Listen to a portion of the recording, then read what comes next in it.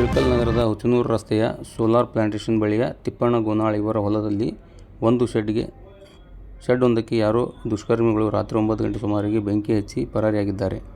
ಬೆಂಕಿಯ ಅವಘಡದಲ್ಲಿ ಒಂದು ಆಕಳು, ಒಂದು ಹೋರಿ ಸುಟ್ಟು ಹೋಗಿದ್ದು, ಒಂದು ಆಕಳಿಗೆ ತೀವ್ರತರವಾದ ಗಾಯವಾಗಿದೆ. ಶೆಡ್ಡಿನಲ್ಲಿದ್ದ ಜೋಳ, ತೊಗರೆ, ಕಡ್ಲಿ ಸೇರಿದಂತೆ 8-10 ಪ್ಯಾಕೆಟುಗಳು ಸುಟ್ಟು ಕರಕಲಾಗಿ ಅಪಾರ ನಷ್ಟ ಉಂಟಾಗಿದೆ ಎಂದು ರೈತ ತಿಪ್ಪಣ್ಣ ಗೋನಾಳ್ ಅವಲತ್ತುಕೊಂಡಿದ್ದಾರೆ. ಯಾರೇ ದುಷ್ಕರ್ಮಿಗಳಿದ್ದರೂ ಪತ್ತೆ ಹಚ್ಚಿ ಅವರ ಮೇಲೆ ಸೂಕ್ತ ಕ್ರಮ ಕೈಗೊಳ್ಳಬೇಕೆಂದು ಜನತೆ ಆಗ್ರಹಿಸಿದ್ದಾರೆ.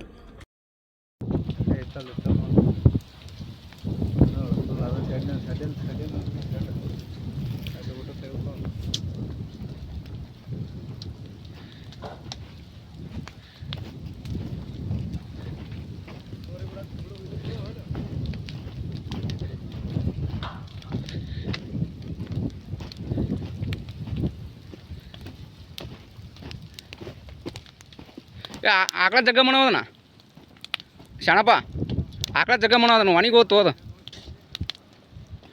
ಆಕಳ ಜಗ್ಗ ಮಾಯದನ ತಿಪ್ಪು.